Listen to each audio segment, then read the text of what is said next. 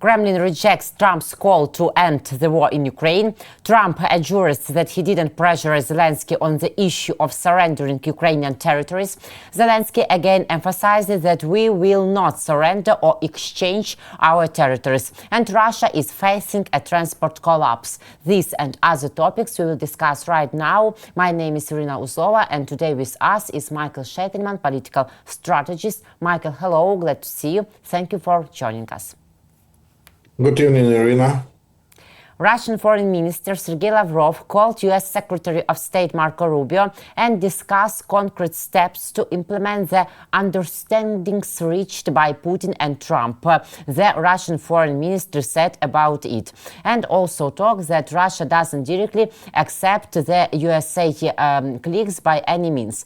Why else were they screaming Russian Federation? It seems to me, besides the possible transfer of tomahawks to us, because we see that last day they called to Putin want to speak with Trump, Lavrov want to speak with Rubio, or maybe it also telephone conversations, and that's all before potential Trump's and Putin's meeting. Well, this meeting is under very big question, because the last call between Rubio and Lavrov, it is how they call it, is the beginning of preparation of this meeting, because Marco Rubio was appointed as a head of delegation of United States, was appointed by Trump in his social network, yeah, how he appoints people. And Lavrov, obviously, the same level in Russian Federation, the foreign minister. But I believe that they meet a big question and big problem to organize this meeting. Mm-hmm. Today, what we heard just today, we heard from Russians, from Peskov, the speaker of Putin, that their position about the peace agreement did not change. And they are not ready to freeze the conflict on the current conflict line, on the front line. And we heard also from the deputy of Mr. Lavrov, deputy of foreign minister, Mr. Rabkov, that the only frame which we could negotiate is the frame which started in Alaska negotiation, in Alaska summit. And that means, again, that Russians, they are not ready to freeze this war. We are ready only to surrender of Ukraine, let's say.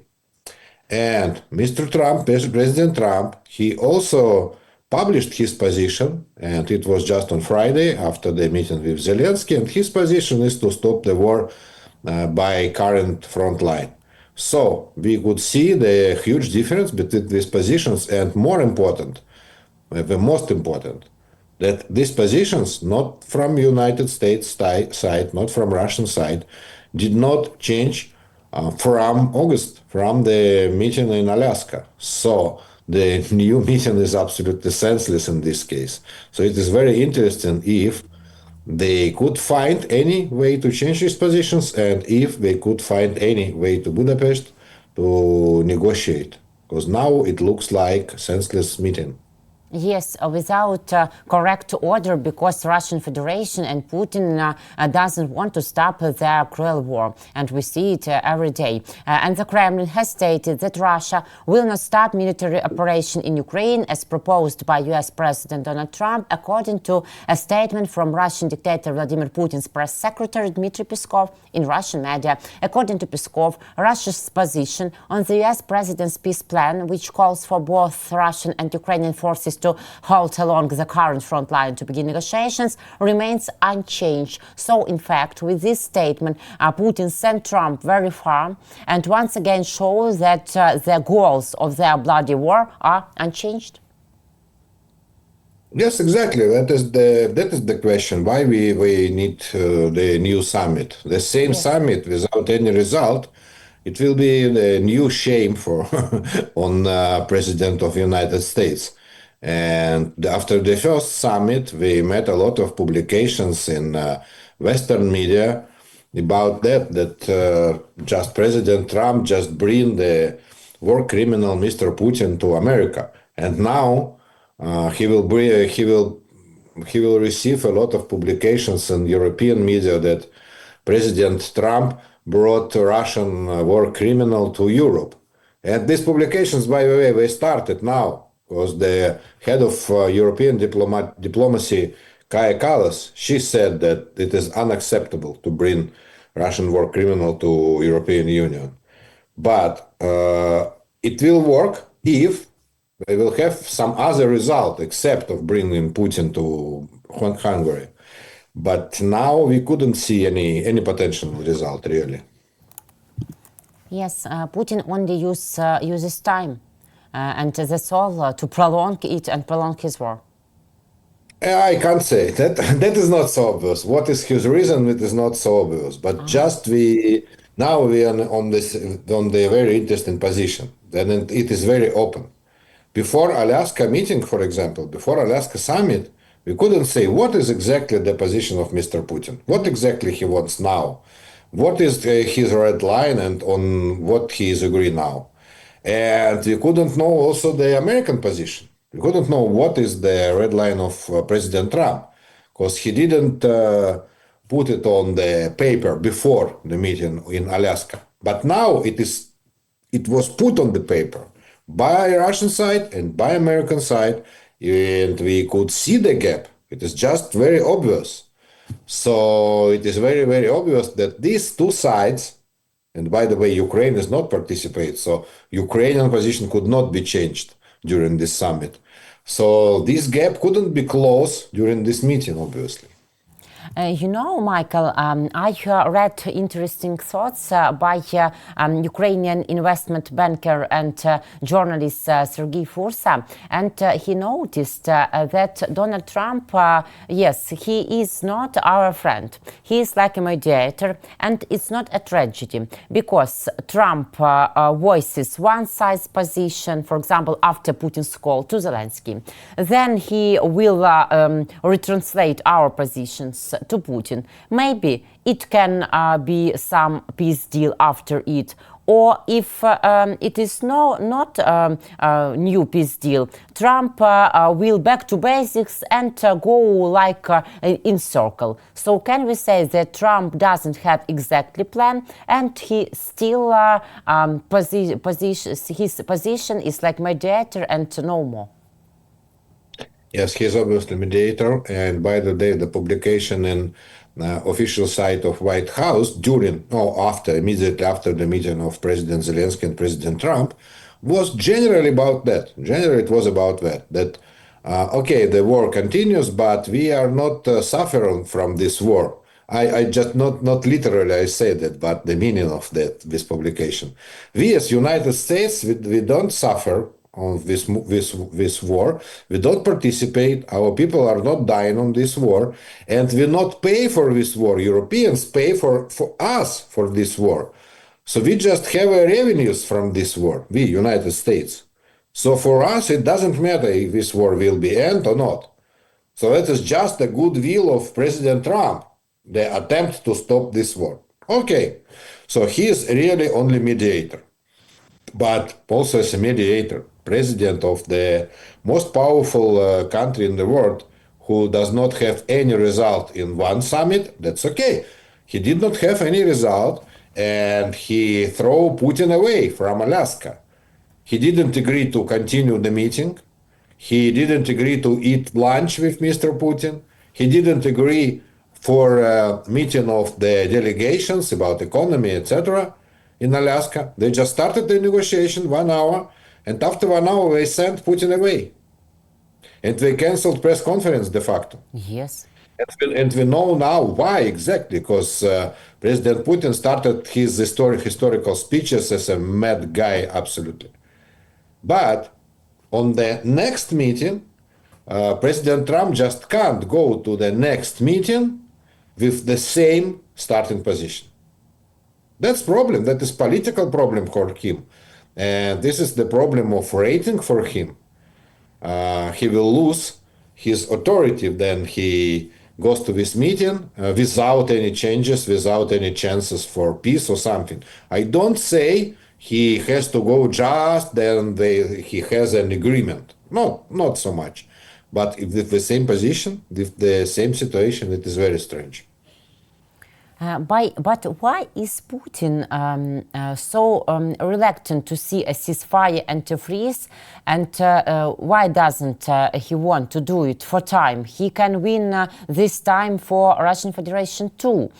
For example, to rearm his forces and in such case. And do you believe that Putin is willing to withdraw from parts of the Kherson and Zaporizhia region in exchange for Donbass? But Zelensky said that we will not exchange our territories, but according to the Washington Post, Putin is ready to withdraw from one part of Ukraine and exchange it to Donetsk and Lugansk region. No, not exactly. That is very untrustable publication, I could say, because only in this source we met something like that about the withdrawing forces from some region. But in all the other outlets, we had absolutely another version that Putin wants to occupy totally Donetsk region without any battle. I mean that Ukraine should surrender this territory to Putin, and this is the cities with people, yeah, with live people. And in this case, the compromise of Putin it is that he will stop his war in other region by current front line and not withdraw his forces from current front line. That is the in Putin's mind. This is the compromise, but not in Ukrainian mind. Obviously, he wants something which belongs to Ukrainian, and he is not ready to give anything, just to give anything to as an exchange. President Trump, before the meeting in Alaska, he said about that. He said that we are ready to exchange territories and Ukraine should be ready to exchange territories. But now, nobody says about that, just nothing. Not Russians, not President Trump, not President Zelensky. We never heard now at this on this round, on this stage, we never heard about any exchange of territories. This is the old story. The new reality is that Putin and Trump, by the way, they wanted all the Donetsk region to be surrendered by Ukrainians, and Ukraine refused. And Trump again stays on the Ukrainian position and says, at least in his social network, that no, to stop war on current line. And Putin is not ready. You ask me why he is not ready. That is very, very difficult question. You don't know what is in the head of dictator, but Russian Federation, they have a goal. The goal is to destroy Ukraine. The goal is not to Yes. to occupy some part of Ukrainian territory. The goal is to destroy Ukraine and to kill each Ukrainian, just each one. And this is open goal. Nobody here hidden that. Yeah, nobody hide that. And Russians they said that a lot of times that their goal is that Ukrainian nation will be not existing. That's it. That's it. And the next all of our conversation is about how we want to do that immediately or in 2 steps or in 3 steps. But obviously, Mr. Putin he is persuaded that he has enough power, and he has enough power to continue this war, and he does not need any time to renew army. That's it. He is persuaded that now he is on the today is his high days, let's say. Yes, a genocidal war, and these goals by Putin are clear, rather. So, Michael, but if there is no Budapest and no meeting between Trump and Putin, then what will happen after Budapest from Trump's side in the context of Russian-Ukrainian war? As he published, no, not he personally, but White House press service, as they published, we don't care. This is not our war. We just got the money for the weapon. So he will continue to sell the weapon. And generally, if we now not follow the wording by Trump or by Russian side or by Ukrainian side, by the way. And let's go to the sky and see all the general picture of what happens. What happened during last 2 months after the meeting in Alaska? What happened? It was the pressure by American side towards Russians. It was the pressure of Trump on Putin. He put a huge pressure on him. What was the pressure during 2 months, by the way? He stopped any contacts with Putin, just Yes. any. He never called. He never answered the call by Putin's call.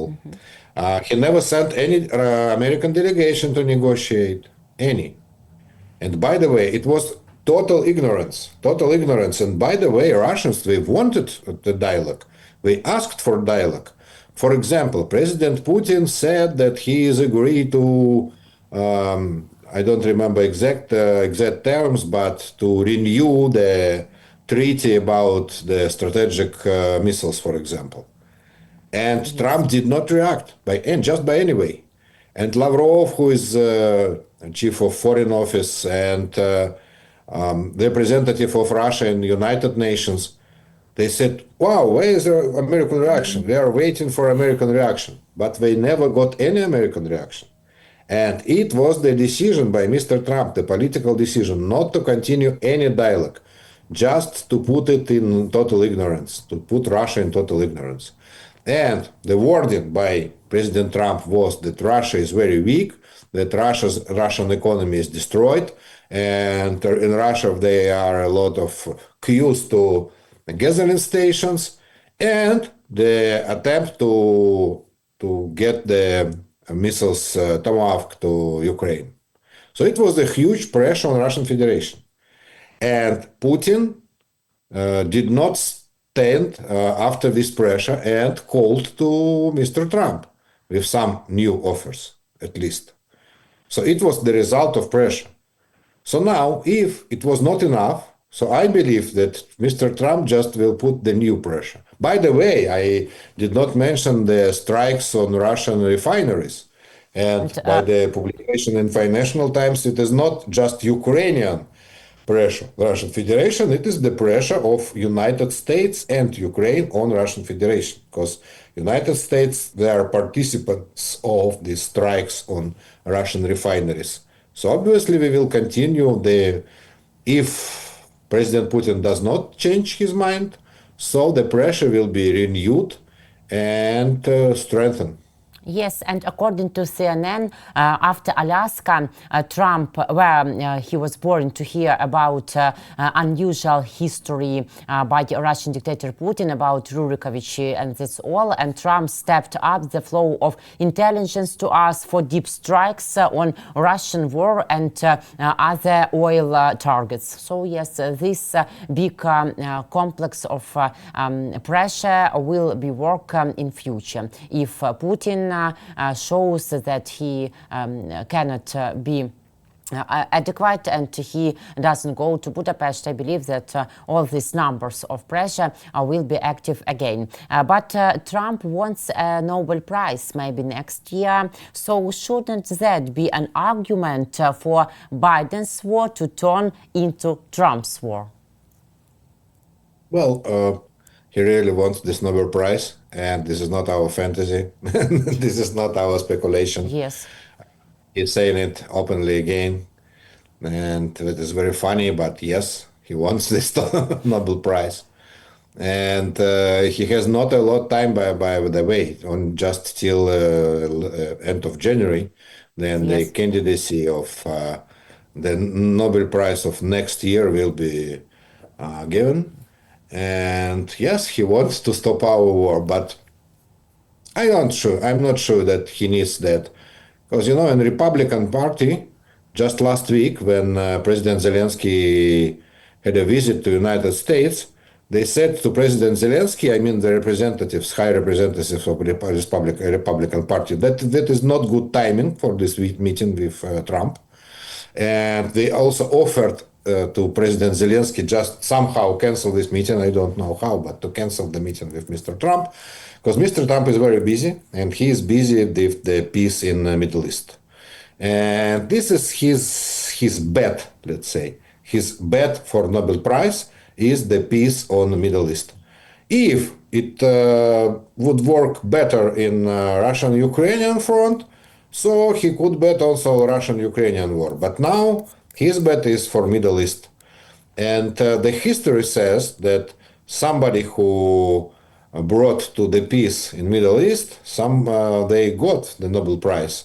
We have a couple of examples from 1993, when the Oslo Agreement was agreed and its participants got the Nobel Prize, and from 1981 or something, or 79, I don't remember exactly, when Egypt-Israel peace was agreed, and again,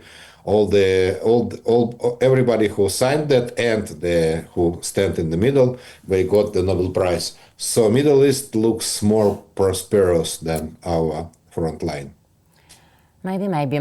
According to some reports and according to the Institute for the Study of War, more than 70% of Russian drivers are already facing problems with gasoline supply inside Russia. How can we assess this result, and can this domestic pressure might affect Russian foreign or Russian military strategy or no? We could just assist. We could just assist to these drivers to become from 70% to 90% or something.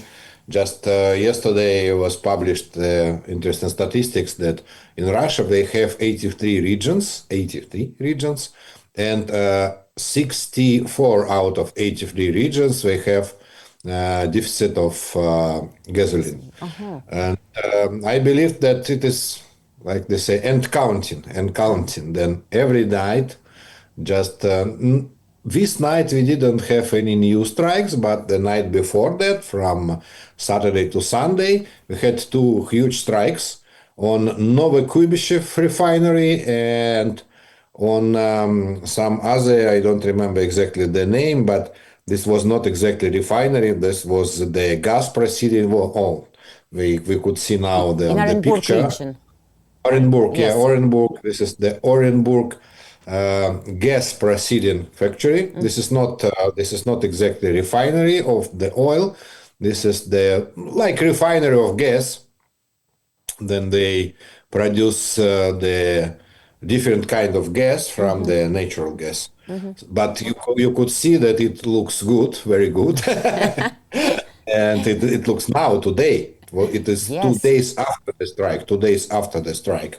And the same good news we got from Crimea, from occupied Ukrainian region of Crimea. They have the biggest oil storage in Feodosia, was stricken 3 times every day. And now yesterday was published the pictures they published from the space. And on these pictures, we could see that it is like dozen of storage of huge reservoirs. They were struck by Ukrainian Air Force. Yes, we see in Orenburg region in Feodosia that holiday same, day second, day third, and on and on. And you know, Michael, really interesting fact that previous week 53 Russian regions were suffered by gasoline deficit, and 1 week more you announce number of 64. Yes, so +7 regions every week. Really. So And counting, as I said, and counting. Yes, and count. counting. Okay, we'll see. Thank you very much for today's conversation, for your opinion and your clever thoughts, and for your time. See you next week. Take care, Michael. Thank you, bye. And all our viewers. Michael Sheitelman, political strategist. My name is Iryna Uzlova. Guys, thank you for joining us, for watching us. Please leave your comments and subscribe to our YouTube channels. It's very important for us. And leave your opinions according to topics we will discuss. See you next week. Take care.